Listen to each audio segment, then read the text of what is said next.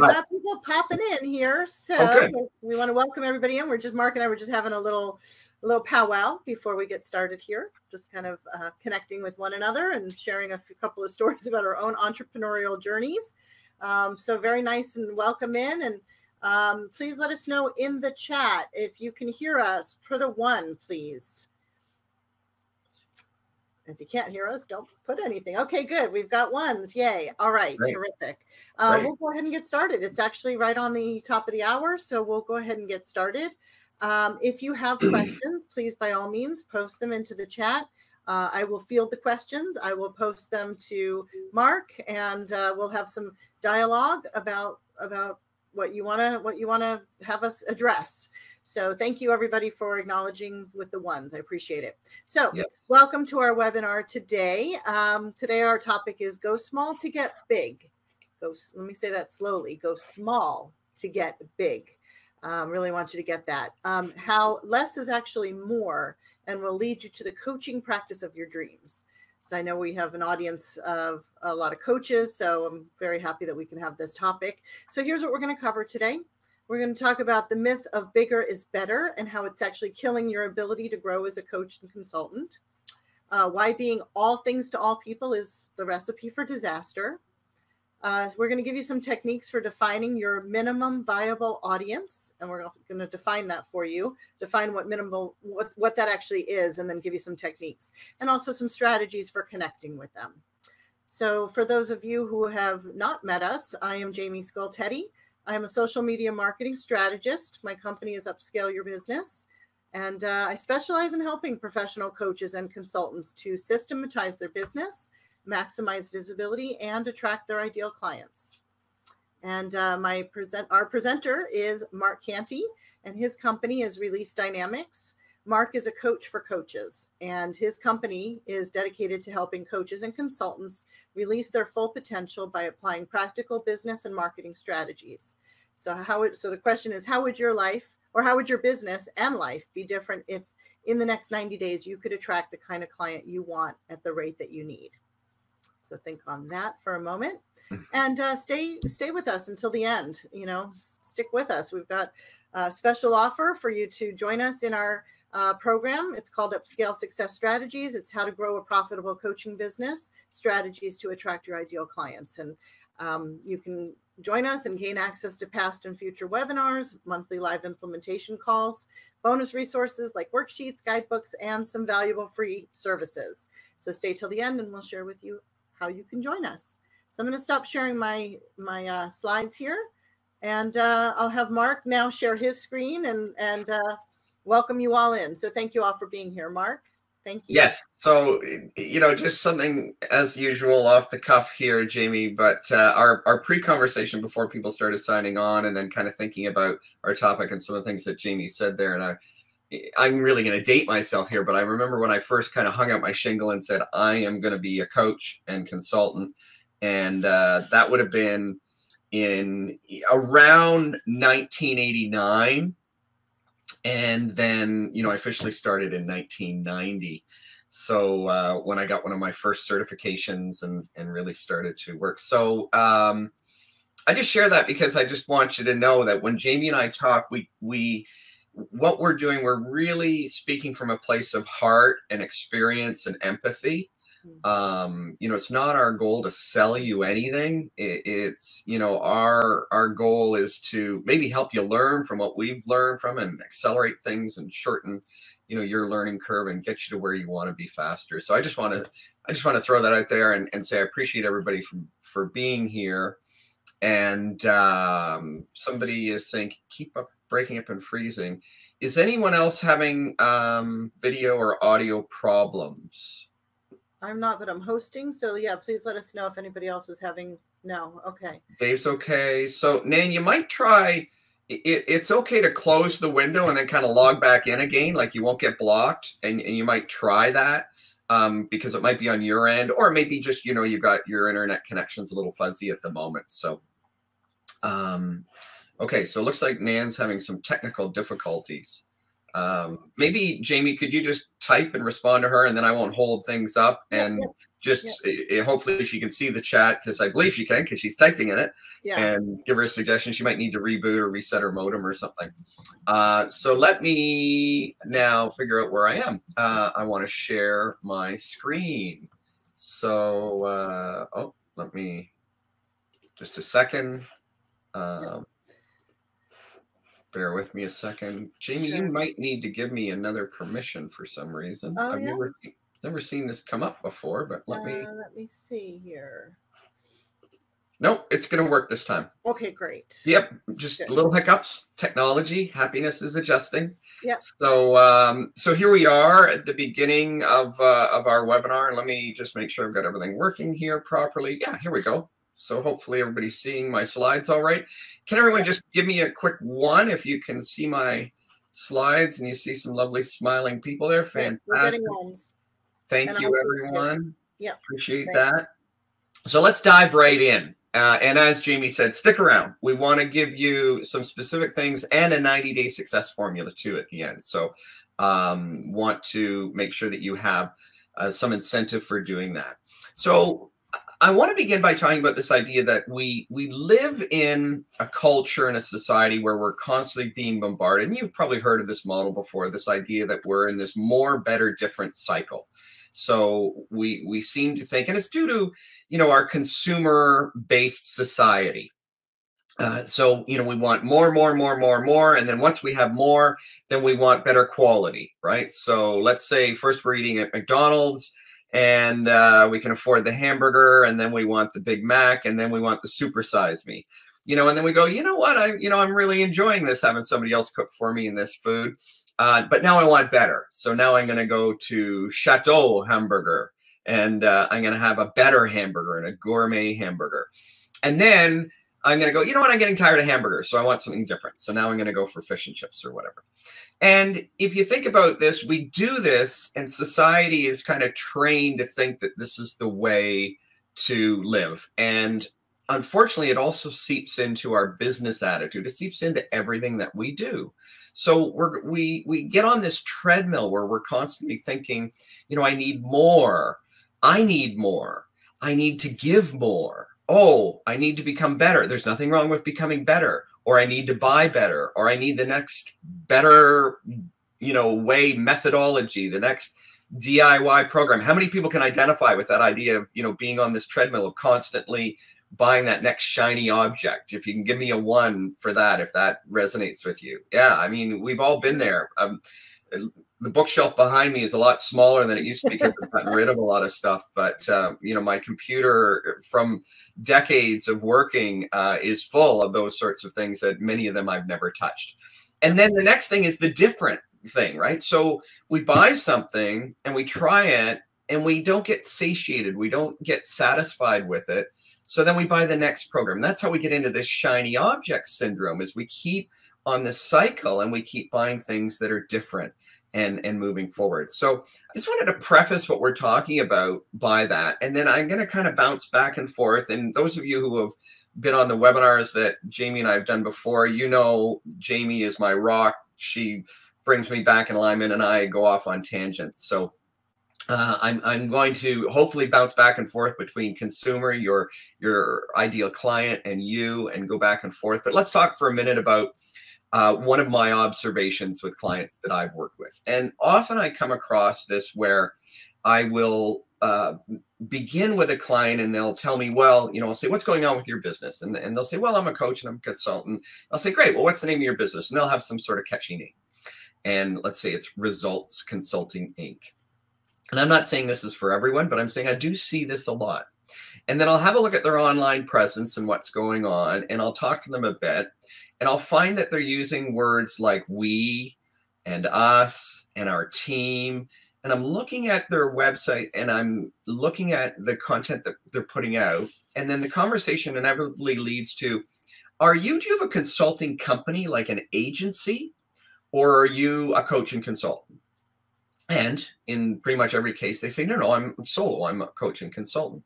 So my ultimate question is, what's going on then? Why do you think you need to present yourself as a team or as a we or as an us, as somehow bigger than who you are? Because I believe there's a couple things going on when you do that. There's a disconnect, first of all, with your audience, is that they can feel that. They can understand, you know, that you're not a we and us or our team, that you are you.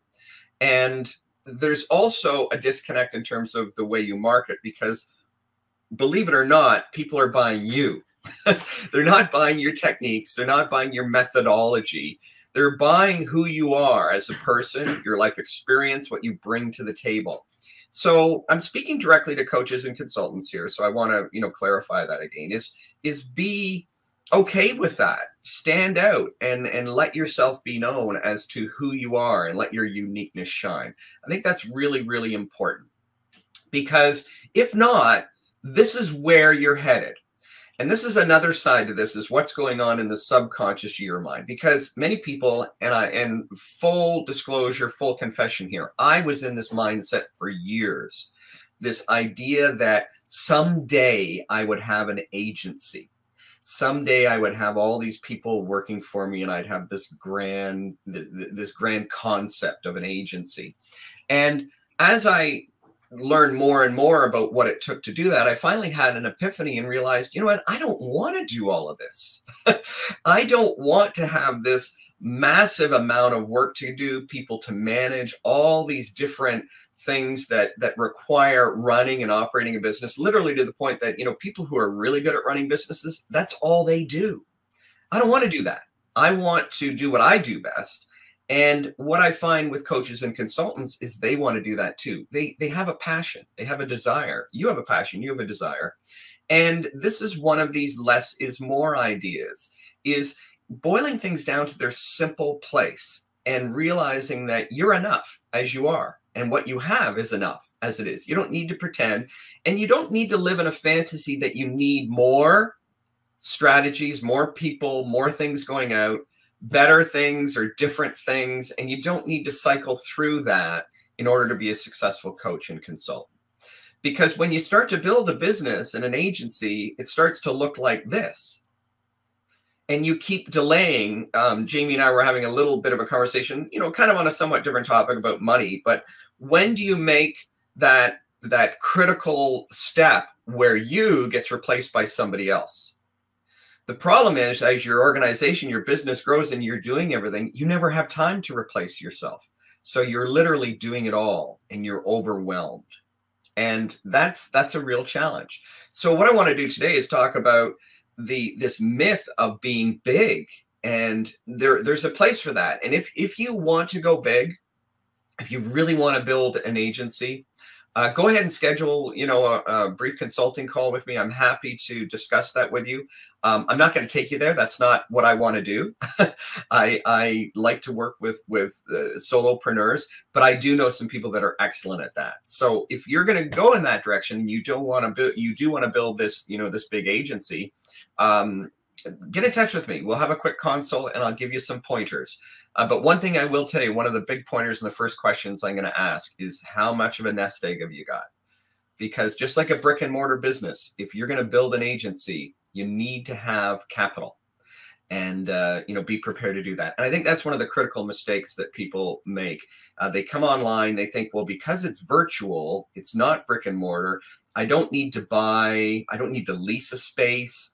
I don't need to buy, you know, massive amounts of tools and equipment. I don't need to hire staff. I can do it all myself. And it's all DIY. And then when I make enough money, I'll invest in those things. It just doesn't work that way. Just like brick and mortar, in the virtual world, if you want to build an agency in a large business, you need to do it the right way, and you need to have the capital in order to do it the right way. So I don't want to spend a lot of time on this. Let's skip forward from this. So the idea of bigger is better. Is it myth or reality? And I think one of the things that I would suggest you do is stop for a minute and think, well, what do I really, really want? What do I want my life to be like? And most people I talk to go, you know, I want to work with people that I enjoy working with. I want to love my work. I want to have enough money to support the lifestyle that I want. I want to be able to spend time with family and friends. I want to maybe be able to put my kids through college, or maybe if they're through college already, I want to be able to travel and visit my grandchildren, whatever it is, to get realistic about what you really, really want. because often there's another disconnect that comes up is when you start to look at this massive business and this agency concept and being big, it's very often in conflict with what you really, really want. So I would suggest, and again, I'm speaking to an audience here. I'm speaking to what I assume are primarily coaches and consultants that are, want to be solopreneurs, that lifestyle or having a lifestyle business is important to them. In other words, their business becomes part of their lifestyle, as opposed to a 9-to-5 job where they go and open a door and do business like a brick and mortar business and then leave and go home for the weekend or the night. So thinking about that, is it a myth or reality for you as a coach or consultant? Now, I think there's very, very few coaches and consultants that actually do want to be big. There's a couple of reasons for that. One is they either don't have the huge ego that you need and that burning desire that where everything else comes second to being, to being a king or a queen in your space. I think that it's a myth in the regard that most people just want a nice practice where they can work with people that they want to work with and serve those people that they're really passionate about, and also share their gifts and talents to the world.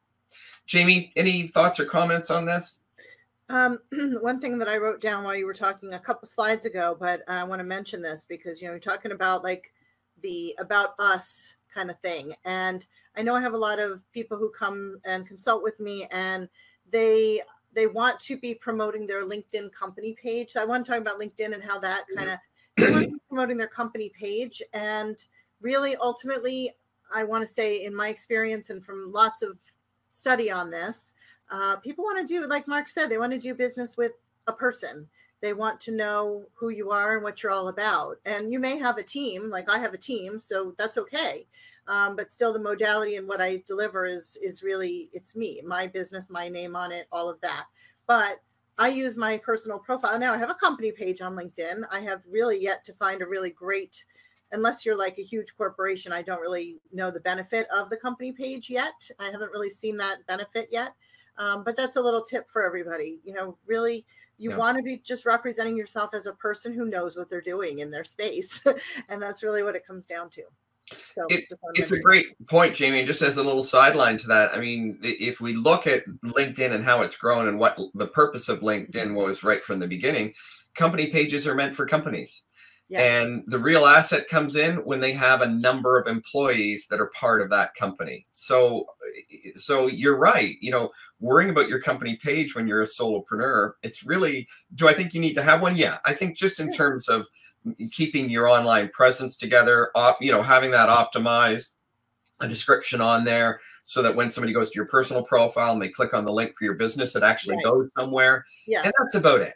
Really, that's the only purpose I've seen in this point in time. Now, of course, that could change in the future. Of course. And we always monitor these things, to make sure that when things do change, we take advantage of them or we look at modifying that. So, so just before I move on here, I'd love to get a quick little tally from everybody. So if you're interested in an agency or a lifestyle business, let's do a flip here. If you're looking at a solopreneur, you're a coaching consultant that wants to work in that direction, give me a 1. If you actually are thinking you want to build a large agency, give me a 2, just so I know if anybody actually is, looking in that direction. Yeah, we've got some 1s. Yep. 1s. Okay, great. So that means, we've done a pretty good, I think we've got a pretty good read on who you are in the audience here. And by all means, by the way, do throw in there if you have a question. Go ahead and throw in the chat because we may have to delay to get to the next slide. But go ahead if you have a question or a thought that you want to share. Exactly. We want this to be engaging and participation. So let's talk a little bit about. I want to kind of go beyond the idea of agency versus lifestyle business, and let's talk about some of the mechanics and strategies or tactics, if you will, of working. And this is another thing that I find people get hung up on a lot is people get into this idea. And Jaimie and I have talked about this, how our businesses have morphed and changed over the years is that when social media, you know, all of these different social media channels pop up. So we got LinkedIn, Facebook, Pinterest. You know, it used to be Google Plus, is not there anymore, but now Google Pages is coming on strong again. Your business presence, particularly for local businesses, is coming on. And we have other platforms, Instagram and such. And there was this rush and this sense that, and like this woman, I love this graphic, this illustration is, it's literally an, you know, what am I going to do? Do I need to be in all places, you know, and do I need to be there, you know, all at the same time? And I often say things that shock people, or maybe not shock them, but are a little out of the ordinary, or not what most people are preaching. And that is, I don't necessarily believe that you need to be posting on everything. I think that and we're going to get into a little bit of this in a minute. I think that the better a grasp you have on who you are, what you do, and who you're serving, the easier this is. Yes. Because if you know that your people are all hanging out on Facebook, then hang out on Facebook. Yeah. If you know they're hanging out on LinkedIn, hang out on LinkedIn. But you don't need to throw, I'm starting to become more and more of an advocate, and I think I'll probably do a webinar, or at least a talk on this at some point in time about, I view the internet as a place where it's kind of like going back, I don't know what, 100 years ago when we had no understanding of the environment. And settlers would come in and completely clear cut an island, for example, and take every stitch of tree off of it. Or people would walk down the street and throw garbage, you know, cigarette butts on the ground. Well, they still do that, unfortunately. But, you know, candy wrappers and empty cups and litter. And nobody even, you know, thought twice about it. They thought, the world, the environment can handle it. It can absorb it. Well, I view this new world that we have called the virtual world, which is kind of almost on par now with our physical world in terms of the way we live in it, as being full of litter and garbage and junk. And when I get very frustrated when I see people littering the internet, you know, by throwing junk out there. And it's just this idea of just throwing, or maybe a fishing analogy is good, throwing, you know, a bunch of chum on the water without even putting a hook in or even knowing what bait to use. And it just is really jamming things up and making it messier and making it more frustrating for people to work on the internet. So I believe, yeah, this woman is right to be screaming and freaking out. And yet at the same time, she can just calm down if she goes, well, wait a minute, I don't need to be doing this. Because what's the core reason that she's freaking out? Because she thinks, first of all, she needs to be all things to all people. And second, she has no idea where to find people, so she's going to try everywhere looking for them. And that's not a sound or effective strategy. So if you think about LinkedIn, for example, and for me, I think that there are two main sources for coaches and consultants, and it depends on what they're marketing. If you're in the B2B field, there's no question that LinkedIn is going to be your main source of building business. But I also believe on the other side of things that a lot of people are missing out on opportunities. They're discounting Facebook because of the controversy around it, and forgetting the fact that in the B2C or business to consumer space, Facebook is still a powerhouse, and in fact, probably a lot more powerful than LinkedIn is. So first, again, it comes back to understanding your audience. But let's talk about LinkedIn for a minute. So Jaimie and I get this all the time. One of the first questions, well, tell me about your market, who you're going after. Well, I coach CEOs. Great. What kind of CEOs? Any kind of CEO. I am an expert. I know how to coach CEOs. Well, you know, is there a specific one that you like? No, you know, and I've been trained not to get specific because I'm a coach. I just, you know, focus on helping people, and therefore I want to go after CEOs. So if I do a quick Sales Navigator search of by the way, if you're serious about building and networking on LinkedIn, you need to pay the subscription. You need to have Sales Navigator as a little side note, little investment in your business. But if I just look at that phrase CEO, over 7 million people show up. So if you think about that for a minute, you know, the first impression that a lot of people get is they go, wow, that's great. It's massive. I just want a little tiny sliver of that. So that should be easy, right? That's the first thought.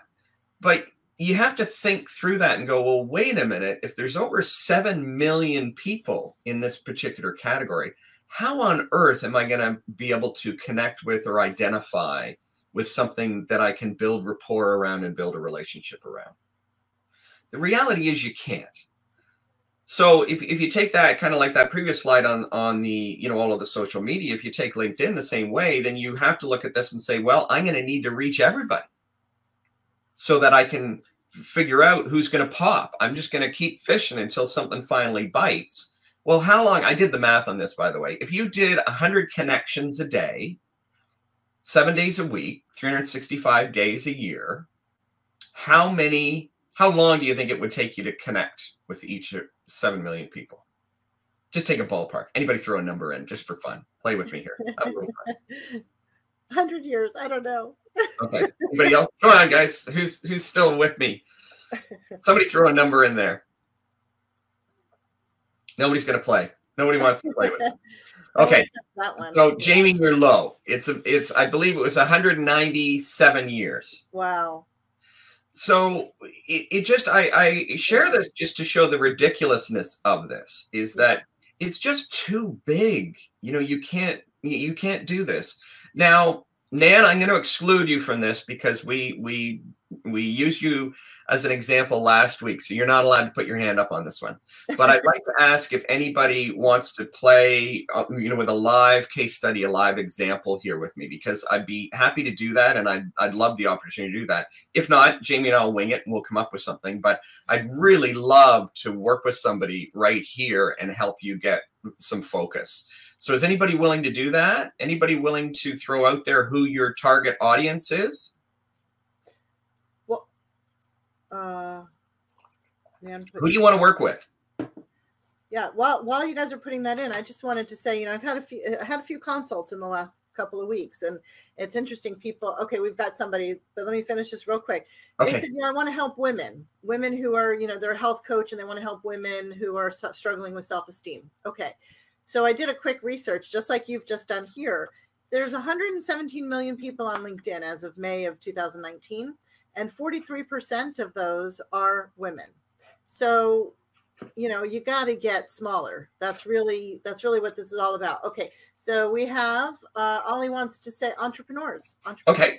Now, can everybody see this screen change? Yes. Great. Okay. I was playing there while you were talking. We have another person willing to play too. So let's do one at a time, and certainly get to you too, Dave. Thanks. Well, okay. This is great. And thank you so much. And I'm really thrilled that we can, you can do this with me, and that you're willing to be open. Yeah. You know, there's a great benefit in participation. So thank you. So if we look at just entrepreneur, again, we've got a huge number here. It's just too big. It's too big to manage. It's overwhelming. And the other question is, how could we possibly connect with these, you know, with these people? How could we find something in common? So whoever's playing with me here, give me some, let's start with something simple like geography. Do you want to work with people in the United States or anywhere else in the world? I can't see that screen, Jaimie, no. So I'm going to rely on you. Yeah, no, worldwide. Okay, that's the response is worldwide. Okay, so worldwide. So let's try and trim it down a bit. Let's pick something. So hopefully you can see my screen here. You can, yeah. Oh, okay, so I don't know what country you're in, but give me your home country. English speaking, USA. Yeah. Okay, US. Okay, we're going to do USA. Okay, this is good because this is part of the process, and it can be uncomfortable in the beginning because there's a fear that, oh, what if I cut somebody out that could really be a great client? And you got to get over that fear, because in order to start somewhere, you just can't be all things to all people. So sometimes it's literally a matter of flipping a coin and just choosing. Yeah. So there you go. So now we jump from 2 million down to 633,000. So we're getting down there a little better. So let's look at some other things here that might be important. Is there a particular industry that you like to work in? We'll wait for a response. I'm waiting for a response. But there are lots of different search terms and search filters in LinkedIn. So just still waiting on a response on that. And again, just give me, who are we working with here? Ollie. So Ollie, just pick one. Who have you? Here's the question I would ask you: is there a particular industry that you're attracted to, that you've enjoyed working with, that you've had great success with, or some success with? And again, it might be just a matter of picking something. Okay, sales. So we're going to go. Let's see. Do we have sales in general? Still a little broad.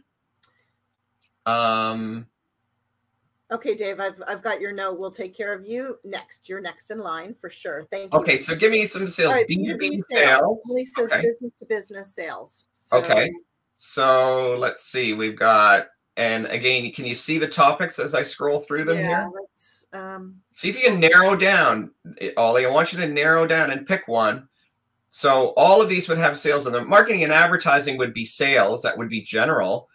We could do that one. But I'd rather see you go after like health and wellness or real estate or internet or computer software or financial services.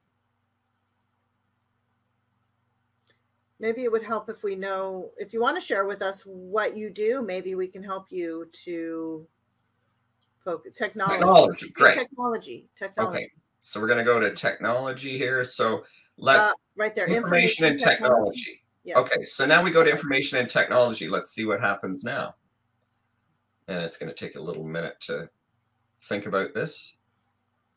So now we've got it down to 32,000. Okay, so we're trimming and trimming and trimming. Now I'm going to suggest a couple other, and again, I don't want this to take all afternoon. We want to keep this to an hour, but I'm going to jump here to a couple other things that I'm going to suggest that you would do. One of the things you could look at, these are some tips for you. One of the things you could look at schools. Why would you look at schools? Well, maybe you went to a particular school. Wouldn't it be helpful if you could identify a school? Now, let's see. I don't think any will pop up here. I did that for a client. I want to share this. So I have a client who... so information technology, just for fun, let's do this. Let's go MIT and see what happens. Just as an example, of course, MIT comes up with a whole bunch of different locations. Top one is Massachusetts Institute. There we go. Okay. So now, if I change that, look what's happened now. Now my results to go down to 284. Now I'm going away from you, Ollie, here. I'm going into more of a generic, or not a generic, but a case study that I'm making up as I go, a fictitious one, if you will. So you want to work in technology and you want to work with people who sell, and you went to MIT. Can you see the benefit of saying, well, I think I'm going to start with these 284 people? Because now, not only do you know what you're going to be talking about, you're talking about sales in the technology sector, but you've also got a point of reference and a point of commonality. So when you reach out to Will, you can say, hey, Will, I see we both went to MIT. That's so cool. You know, my company, this is my company now. I'm actually a coach and consultant. What are you up to? Tell me what's going on for you at the Martin Trust Center. And now we've got a foothold, a way to create a conversation and build a relationship, if you will. And if we didn't do this, then what would we even start talking about? Hey, you want to connect with me? Hey, you want to buy my sales program? You just can't do that with 2 million people. But here is an example. Now, I would also suggest that with these numbers, we're looking at what I would consider to be a minimum viable audience. And I don't even know if it's minimal. It might even still be big. But these are the numbers that I like to look at. I like to get it down. And boy, if I can get an audience that is in the maybe 100 range or a little less than 100, now we're really talking. Because if there's 100 people or 284 in this audience, there's going to be a lot more things that they have in common. And we know right away, what do they have in common? They live and work in the United States. They work in the information technology field. They all went to MIT. So these are things that we know that they all have in common, so I can have a greater understanding of them. Does that make it easier for me to do research? Sure. Now I can start to search for articles and information about, hey, what struggles or challenges are people in sales in the information technology field facing that are educated in MIT? Does MIT have any articles that are out there specifically about selling in the information and technology field, and so on and so forth. So you can see how you can start to build and understand your audience better when you do this. So do we want to do another quick one with Dave? With Dave, because Dave, you raised your hand and I want to respect that and honor that. Yeah, and it's another good case study. So he's looking for independent medical doctors in Charlotte. Okay, great. So let's go back to here. We're gonna clear and what I want to say also is, this is all just about developing a relationship. This is like Mark is saying, it's not just coming by my program. It's, when you have some commonality and you can have a dialogue and you can let them know a bit about you and how your mind thinks and how you've approached them. How you approach them can really make or break the whole deal. Okay, go ahead. So we could put and this is where I see how I'm going to put this in medical doctors. And I'm going to comment on the fact that Dave said independent. So that means, maybe one to 5 members in their staff or something like that, right? Right. So that's we're going to show you another filter that you can use here. So now we're going to go and geography. Dave, did you say the U.S.? Charlotte, North Carolina. Awesome. Okay. Yeah, it might come up like Greater Charlotte or something. There we go. So there's Charlotte, North Carolina. Let's go Charlotte, North Carolina area. Okay. So isn't this amazing how we can go, like some people would go, they dismiss that. They wouldn't even think of looking at a city. And yet look at this, still too big an audience to work with. So now we could trim down even more, right? So now we could go to, like Jaimie said, we could say, okay, here's company headcount. Oh yeah, there you go. So you could go, there's a nice audience. There you go. Look at that, 56. 56 self-employed. So these people identify themselves as being self-employed medical doctors. Yeah. So what a great audience to start with. Now, and just looking at them, not all are actual doctors per se. They may be pursuing medical student, technician, so. Yeah, so you have to play around with some of your fields. Yeah. You can also go, we can get rid of that. We could put in a company headcount 1 to 10. That would get people in a smaller clinic. There's a medical doctor. Yeah, see, we want the word doctor in there. So, okay. Right. And that's where you can play around too with your searches and just go to doctor instead of medical doctor. Then you're likely going to pick up also other trades like maybe industry. Maybe we have to narrow it down to, I don't know. I don't know if there's an industry, just medical industry. Maybe that would eliminate a few.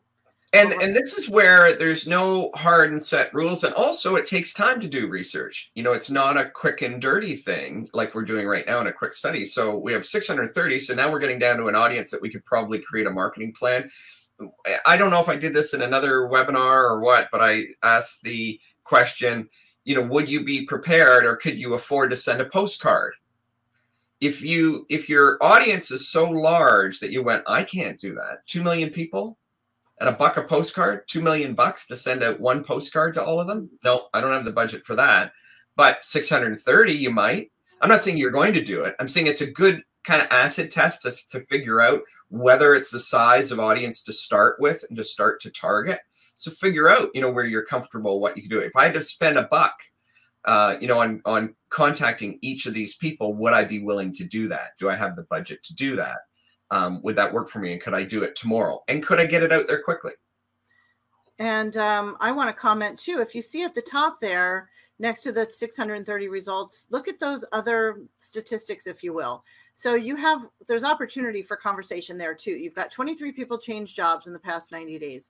48 people have posted on LinkedIn. You could go find their post and comment on it, develop a relationship there. 6 of them share an experience with you, Mark. I don't know what that would mean, but nonetheless, there's 6 people that you could literally open up some kind of dialogue based on that. Yeah, and this is with me. So right. These are medical doctors in Charlotte, North Carolina that happen to have 6 shared experiences with me. Not sure what they are, but isn't that neat? Because I can create a conversation around that on any of these points. As Jaimie said, I could look through what they posted on, what their interests are, and then I could create a conversation. I could leave a complimentary post on their post. I got an example of this was a gal reached out to me a couple days ago on LinkedIn, and I won't bother finding it for you, but anyhow, she said, I saw your comment on a post, and I really liked it, and you look like somebody that would be interesting to connect with. Yeah. So I connected with her. We had a great conversation. No business. She's not really in my, my sector or what I do, and I'm not in hers. We just had a really nice connection. Yeah. And I think that's important that what really struck me about that was how beautiful it was in terms of the mindset, is that yes. we were building a relationship first before we ever even looked at whether we would do business together. And this is where I think a lot of people mess up, is they jump straight to the gun, or they're automatically disqualifying people or pre-qualifying people based on their business goal. I would suggest that you just pause for a minute and go, is this a person that I can build a relationship with? Now, again, I'm going to come full circle to you. If you're reaching out to 2 million people, then you don't have enough time to do that. So you better be reaching out to people that you think you're going to have something in common with and that you're going to be able to build a relationship with. Does that make sense? It's got to be small enough that I can have a conversation and that we can actually talk, not about, hey, do you want to buy my latest and greatest program? But, what's going on? I love what you have to say in your article. I really appreciate who you are as a person, as a professional. And I'm interested in this about you. Are you interested in this about me? As Jaimie said too, here's a great opportunity right here. 23 people changed jobs in the last 90 days. Well, boom. Those would be the first people. If I were targeting these people, Dave, and that's a term that can be used, in a negative or a positive way. But if I were looking to do business with people in this sector, I would be definitely reaching out to these people first. And the first thing, I would probably do is compliment them. I would say, hey, congratulations on your new shift. What's going on? Let's, tell me why you made that move. Yeah. And it gives you an opening to start a conversation with somebody. So, that's a nice, manageable audience to work with to begin with. Yeah, I tell people that I'm always looking to build long-term I'm looking to build relationships for long-term possibilities. You may not need me now, but let's know each other. Yes. I might need what you have, or I might know somebody who has what you have. So it's just like we're trying to just drive the point home. Yep. It is about developing relationships. It is very hard to just go to somebody and say, hey, you're in my target market and you should buy what I have because I know you need it. Yep. You need to develop the relationship, and then over time, they will take the steps. They'll remember you, leave an impression, make an impression. Who knows where that'll lead? Maybe, Jaimie, this would be a good time. You shared with me a story the other day about one of your clients who connected through your help with your work, didn't have any idea where this was going to go, but it turned out to be this huge referral source for her. And she's now got speaking engagements because of that. Yeah. So I have a client. She's a former CPA, and now she's a coach for CPAs. I'm not going to use her name, but and she's not on the call right now, but I'll just respect that privacy. But she's got a very niche target market who I wouldn't have thought was a target market, but it is. CPAs who struggle with self-doubt. Interesting, right? So I thought, yeah, what kind of target market is that? But in the end, what's happening for her in a very short amount of time, she's getting clients. She's developing lots and lots of relationships. She's gotten, I think, so far in just a few months, 3 speaking gigs that she wasn't even looking for. She's not a public speaker, but people came to her and said, we've got the CPA group that I would love to invite you to come and speak. And she's done that. And she told me the other day she got like 68 business cards she's got to put in the system, and we've got to follow up with them. But yeah, she's kind of killing it. And that's really a prime example there was one example you shared with me where she connected with somebody, and although they didn't become a customer, they ended up. Well, he's the person that has been giving her invitations to come and speak. Yeah, so, which has then led to other business. So the point being, yes, you never know where that relationship is going to be. And if you're too focused on just, a narrow focus on getting a client or applying your trade, you're going to miss out on those opportunities to network. Yeah. Jaimie and I both work with another fellow who is building his business, and he's getting some great contacts, and he's interviewing those people. They're saying, well, I really don't need your services because I'm already where you're helping people get to. But what we've done and what he's done is pivoted that and said, well, that's great. I would love to interview you and do a video tape of that so that I can then share that with my clients so that they can learn from your wisdom. What a great, thing to do. What a gift. So the idea here is coming back to, and you've seen me use this slide before, is that we get caught up in this idea that having more, or doing more is going to solve our problem. And here's the bottom line is since when is more the solution to having too much? It's not. So since when is having more prospects, more people that you don't have time to talk to, the solution?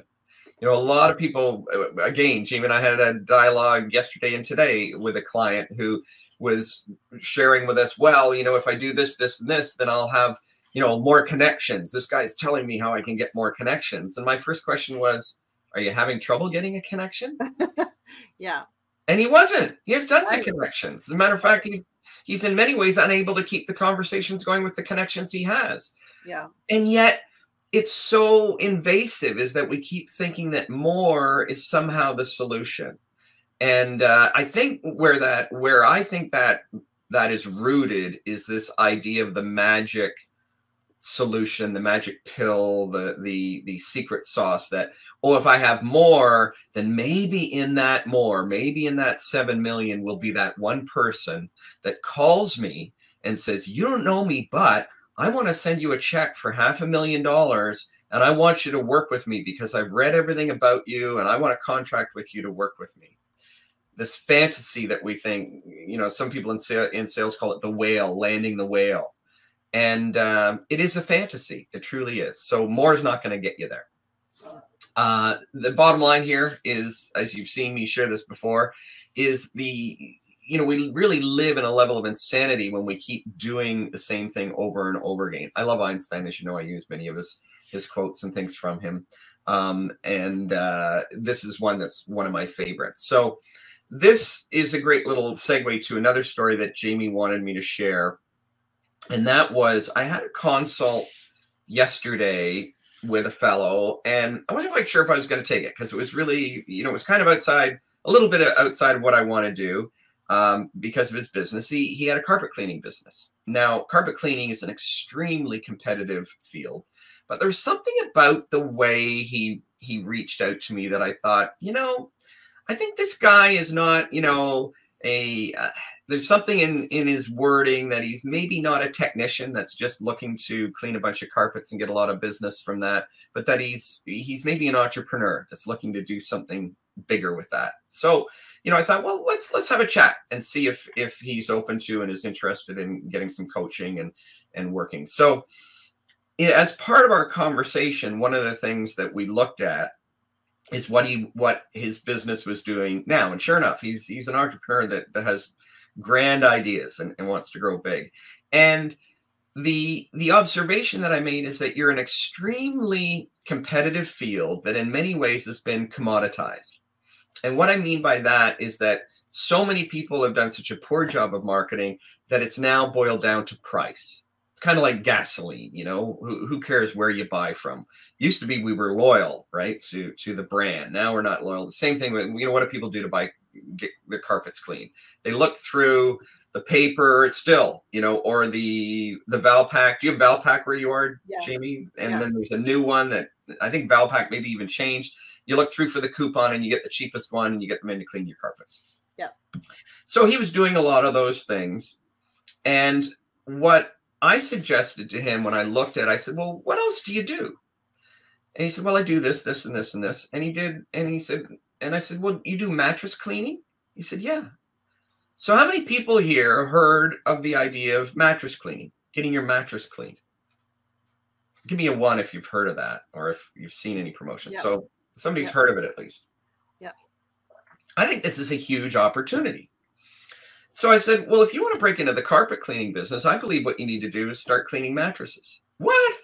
I want to be the king of carpets. Well, you better have a lot of money because you're going against, it used to be Sears, no longer around, but these national brands that have huge budgets. You don't have deep enough pockets.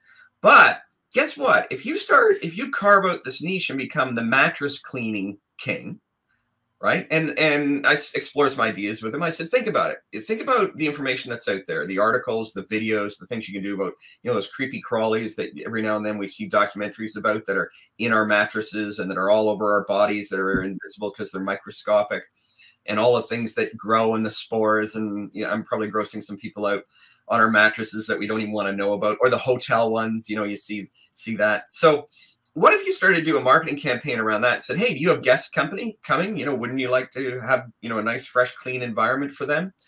Did you know that if you clean your mattresses that there's a case study, these case studies that show that the symptoms of asthma will go down, that allergies will disappear, and all of these things? Whole campaign, we could do around this. You become the mattress king, cleaning king, and then guess what? You're in their home. Now you have an opportunity to not wait until the next opportunity is to throw a flyer at them with a discount, but instead to say, this is great. Let me do a little survey while I'm here. Let me make a little note. Oh, they have ceramic floors. I do that. Oh, they have carpets. I do that. They have hardwood floors. I do that. That goes in their electronic file. And the next thing you know, he's got a funnel and a campaign that's going out saying, hey, thanks so much. We really appreciate you giving us the opportunity to clean your mattresses. Did you know we clean ceramic floors?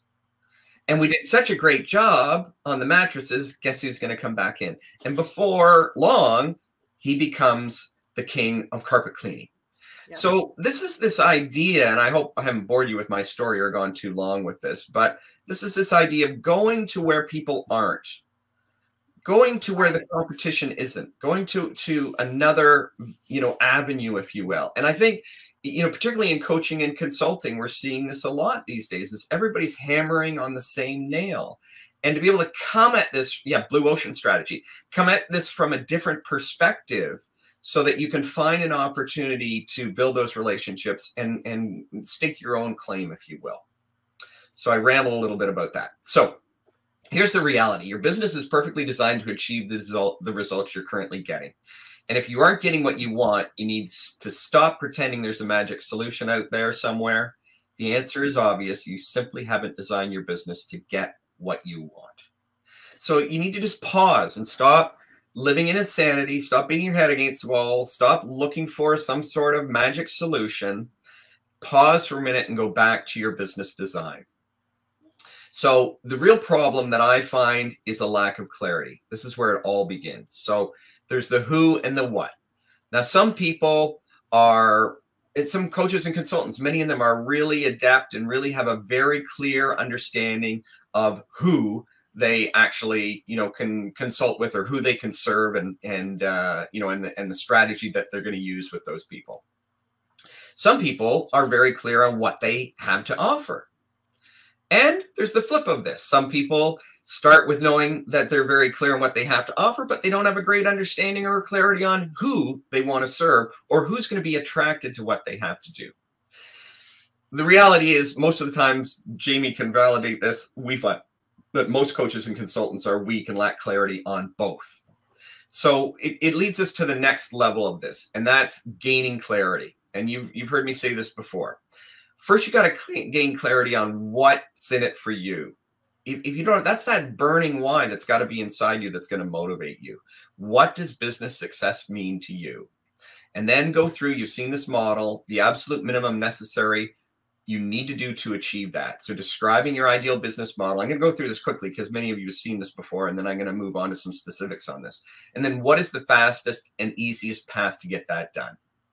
If you're doing work now, take this plan and compare it to your current actions and see where the gaps are, where the differences are. And there's an important note here, and that is you can't do number 3 without really being very crystal clear on 1 and 2.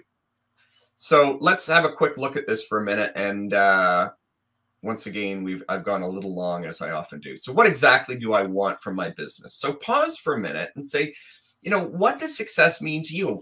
If you're looking at this from an income standpoint, how much money do you want?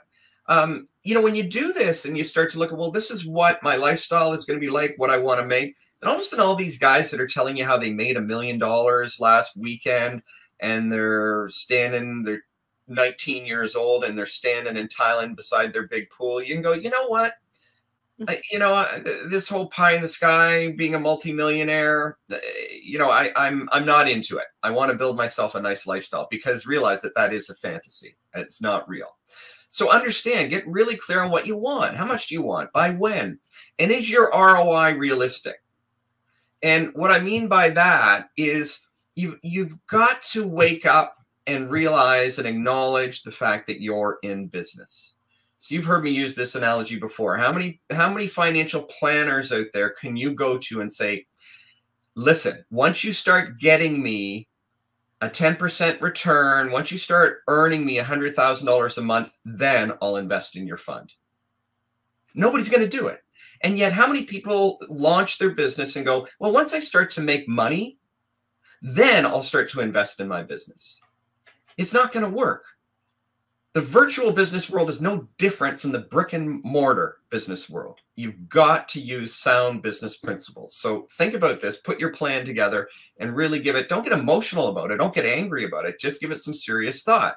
Because then when you do that, then you'll start to be able to get a plan together. If you don't have the capital you need to invest in order to build the business that you want, you'll find it. You'll figure out ways to make it happen if it's important enough to you. Time, how much you want to invest, by when? And again, is your ROI realistic? Many of these guys that we see out there, the gurus that have made it big, that are huge, they live in a place of passion for what they do. And believe me, they work hard. And many of them will work 20 hours in a day. They'll fly all over the world because they're so passionate about what they do. So you need to think about that. And I'm not necessarily suggesting that you need to put in 20-hour days to get what you want. But what I'm suggesting is that use your common sense to think, if somebody's telling you that you can make $1 million by having this website and putting a couple hours in on the weekend, they're lying to you. It's just not reality.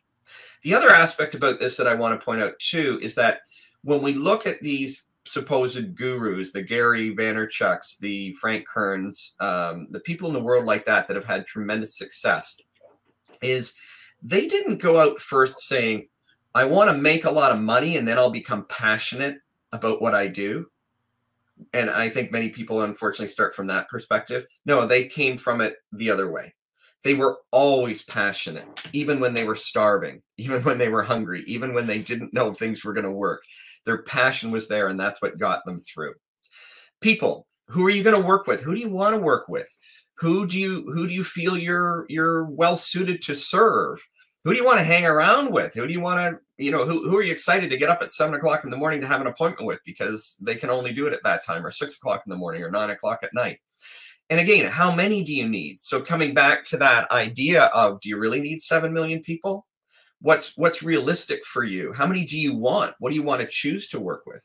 And then how are you going to build your business over time? Well, let me say something right there, if I may. I mean, that's an important point. When you are with a minimum viable audience, as we've explained to you and shown you, you can actually charge more because you have a specialty, you have a niche. And so you can actually make more money, work with less people, work with more awesome people, but less of them. And they will pay you more. And there's where you start to build your bank, if you will. And you're going to be able to give greater value. So I'm going to go really quick here because I went way over time. I apologize. So what's the absolute minimum necessary need to achieve that? Describe your ideal business model that's perfectly designed to achieve your goals. So first of all, you want to go, what exactly do I want to offer? I'm amazed at how many people I talk to that don't have this clear. They don't understand what it is that they're giving. And how can you sell something and even pretend, to solve somebody's problem when you don't know how to clearly articulate what you do? So you need to have a promise. You need to know exactly what you're offering to do for people. Who will you do that for? And this is that who and what that goes back and forth. Sometimes people come and they have a really good idea what they want to give out there to the world, but they don't know if or who will buy it. Yeah. And the opposite is true. Some people know exactly who they want to work with, but they're not quite sure on what they can do for them. You got to do both. And that's the reality. You can't have one without the other. But you need to answer these two questions. You need to figure this out, and you need to get really good at it. So the last part of this is, how will you give them what you promise? So you need to have some sort of structure to what you do. And I'm not talking about a prepackaged program that you've spent a year and a half developing and writing the book for, and the manuals and everything else, and the workbooks and the textbook and everything. No, I'm talking about just basically an outline, a format of what are you going to do. First of all, how are you uniquely suited to resolving that conflict within your customer? And how are you fulfilling your promise? So what is your core program? What can you stand up and say, this is the core of my offer. This is the core of what I do. And again, you don't need to get into great specifics here, but you better have a good idea of where you're going to take somebody when they come to you, when they decide to say, yeah, I'll give you the opportunity to work with me. So what's the fastest and easiest path to get this done? Less is more. The more you put on, the slower it's going to be, and the more difficult it's going to be. Slow down to speed up. And what I mean by that, there was a little thing I wanted to share here, but I'm not going to. Oh, that's on the next slide. I think I'm going to skip that slide. Slow down to speed up. And what do I mean by that? Is less relationships, more time with each relationship. If you're reaching out and connecting with people, give them time to get to know you and take the time to get to know them. So that's this idea of slowing down to speed up your results. Is don't jump right to, hey, thanks, glad you met. See, you're a medical doctor in North Carolina, in Charlotte. I've got a great widget. When can I make an appointment to come in and sell it to you?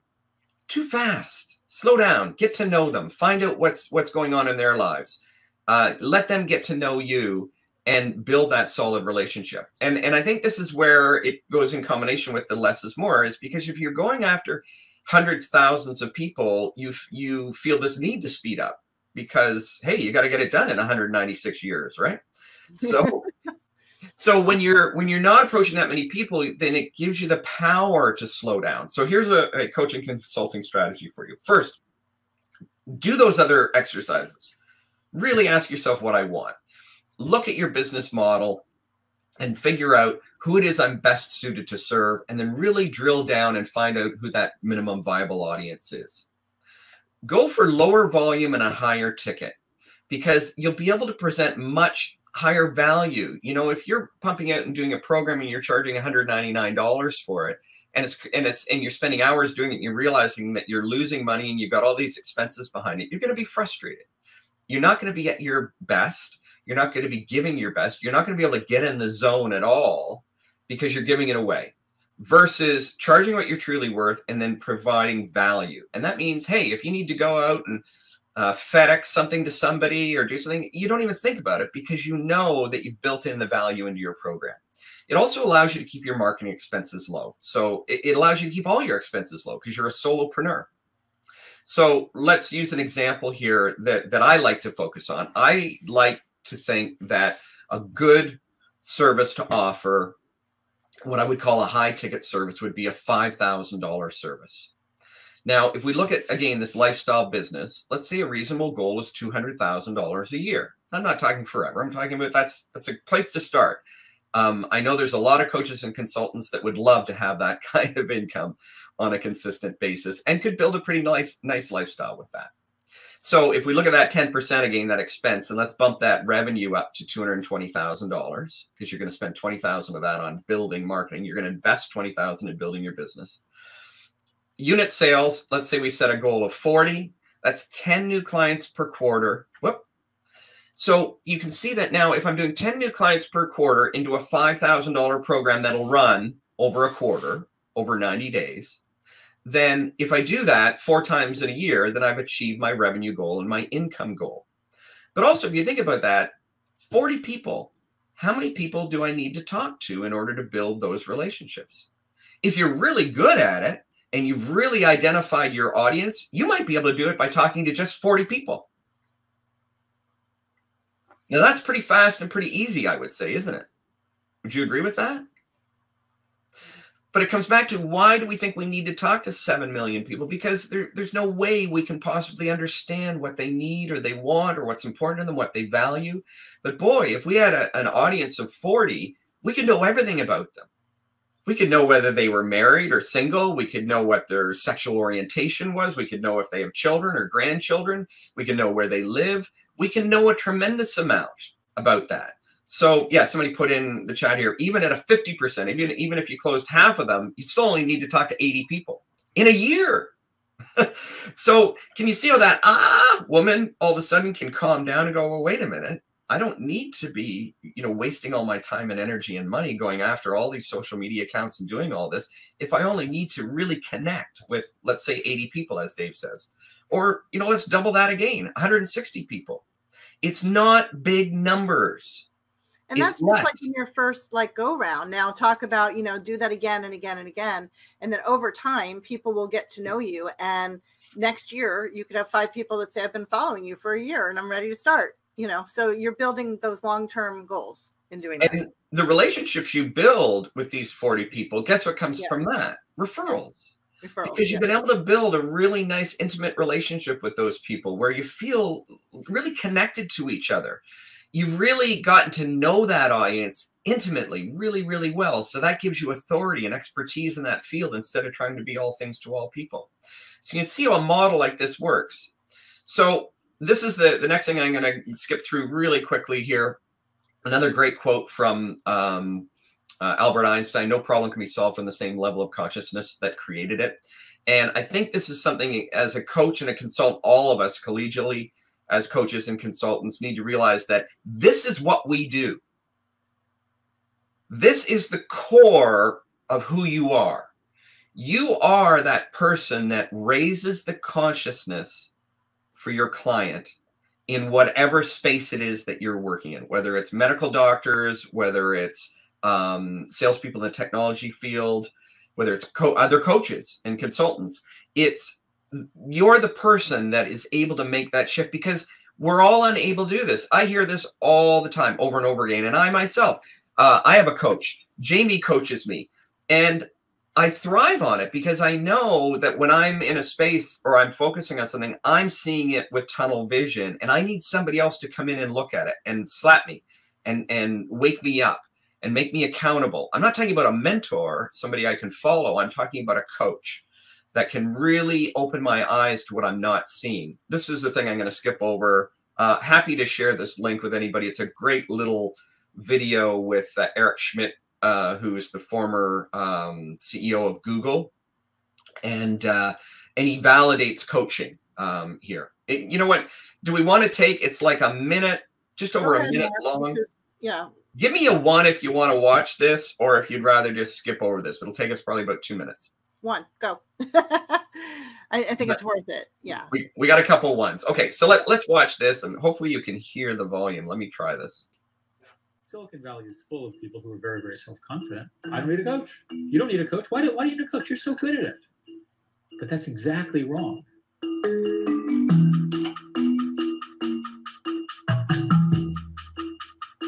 Let's just talk about Silicon Valley today. The deadlines are shorter, the money is greater, you have global competition and so forth. So you can imagine that there's very little time for the touchy-feely stuff. And yet that touchy-feely stuff, which again, sort of even a derogatory term that I'm using, is crucial for people to feel that they're valued and motivated. And since people are your only asset, you better get that priority right. Mentors are fine. Mentors give you advice and they sort of provide a sense of who you want to be, but they're not coaches. A coach listens to the situation, figures out what everyone's doing, and helps you figure out as a member of that team to be successful, right? And the best coaches do it by getting you to want to do what the team wants to do. This is not a mentorship function. This is a coaching function. Eric, stop doing this and do this instead. You need to go take some time and look at that. If you're in one of these high stakes, high pressure situations where an awful lot of things can go awry, people can get confused as to what the goal is, you need a coach. You can see that this is applicable to any high impact environment. So I wanted to share that with you from a couple perspectives. Some people look at that. I keep watching this and I get more from it every time I watch it. There's a longer interview which goes into more beyond just coaching. It goes into more corporate stuff that he talks about. But this one I think catches the essence of it. But a couple of things that I get from it. One is from our perspective, everybody here on the call, all of us are coaches and consultants. And this is what we need to realize is so important and so validating for what we do. The other thing is to think about it personally too, because when I look at this, I go, wow, Eric is talking about the importance of having coaches because of the pressure and all the people that you're accountable to and building teams and everything else. And I think, what about the coach or consultant or the solopreneur who's by himself? So when you're in an organization, at least you're getting feedback and you're getting people around you that you can bounce ideas off of. But this is even more critical for the solopreneur. The idea of having your own coach and making sure that somebody is there to be accountable for, and also to show you your blind spots and to keep you moving forward. So I keep getting stuff, you know, gems out of this this one more and more every time I watch it. Thoughts on that, Jaimie? Just quick comments. I mean, I feel every business person should have a coach. Anybody who's in business, or anybody, I mean, everybody should have a coach, period. Anything that you need resolved, you need somebody who sees your blind spots and can help you to get over those. And yep. Yeah. I remember a quick little story back when I had, I've had numerous businesses over the years, but a couple of the businesses I had, but one in particular, I remember somebody coming in and wanting to sell me training services at the time. You know, want to come in and do some training with my staff. And we did a lot of internal training, and we did use outside sources. And one of the questions I would always ask them is, how much do you invest in your own training? And you would be amazed. 9 times out of 10, they'd go, huh? I said, well, how many weeks last year and how much money did you invest going to workshops and doing training yourself?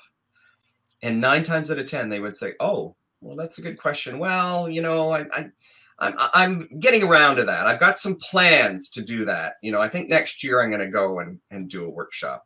Or they'd say, oh, well, I go to our annual meeting every year. No, I asked you, how much are you investing in your own training? And I think as coaches and consultants, this is an incongruency that can eat at you from the inside at a subconscious level, is that if you're trying to tell somebody to invest in something that you're not willing to invest in yourself, and this isn't a sales pitch, this is reality, then you're incongruent.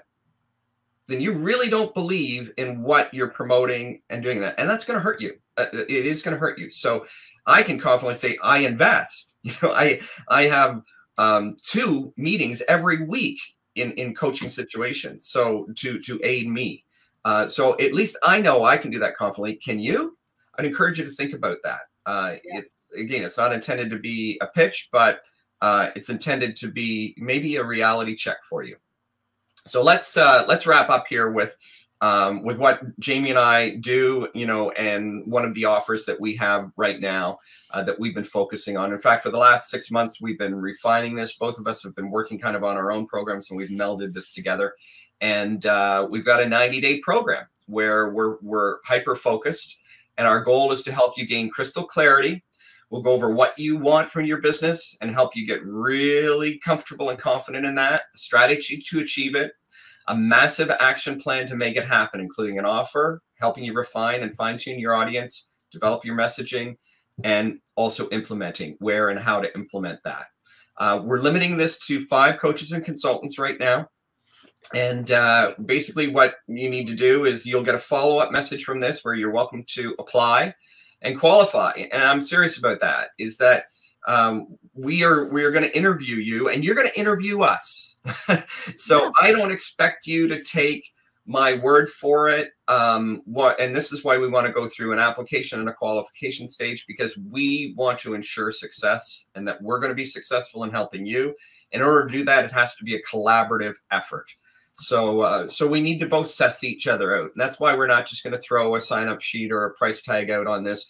We're going to get together and we're going to meet. If you're interested in talking more about this, then let us know. Again, you're going to get a follow-up where you can simply click a box that says, yeah, I want to chat about this. Well, it's actually here. I put it in the room. Can you see the sign up now? Or there you go. Sign up now. So you're not actually signing up for the program. Yeah. You're telling us what you're interested in. We give you a few different offers on that sign up form. It's, you know, you want to speak with one or both of us, you know, in a free consult kind of thing. if you are interested in this particular program, there's a box to check off to let us know that you're interested. And then we will send you, an application so that you can go through that process with us, and we can speak to you. The application is very simple, but it's a getting to know you questionnaire, a fairly brief questionnaire, so we can get a sense of where you're at in your business. And then we set up a consult meeting. And I'm going to promise you a couple things. And that is, you're not going to get any BS, and you're not going to get any, heavy-handed sales tactics. We're not going to try and guilt you into anything. Nope. And the other thing I can promise you is that when we meet and we have that one-on-one call, you're going to come away with value from that. I guarantee you that. Whether you choose to participate in the program or not, doesn't matter. We're going to make sure that you come away going, wow, I learned some things, and I feel like my time was well spent on that. Of course, the ultimate outcome is we want to be working with you, and we want to help you develop just what we've talked about in this particular workshop and many of our other workshops too, in terms of gaining this clarity and taking that and then moving it into implementation where things are happening for you. Yeah.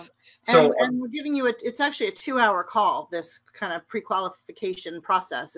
It's Mark and I meeting with you, and we have slated a 2-hour time slot to be able to speak with you. If we don't use all 2 hours, it's fine, but we are committed to you getting some value at that call, and then seeing where there might be a good fit for you to work with us in achieving your goals. So, yeah. And that wraps it up late. I apologize. I was telling Jaimie, I got enthusiastic this morning. I woke up with some brainstorms, and I actually threw in a bunch more slides, which made it too long.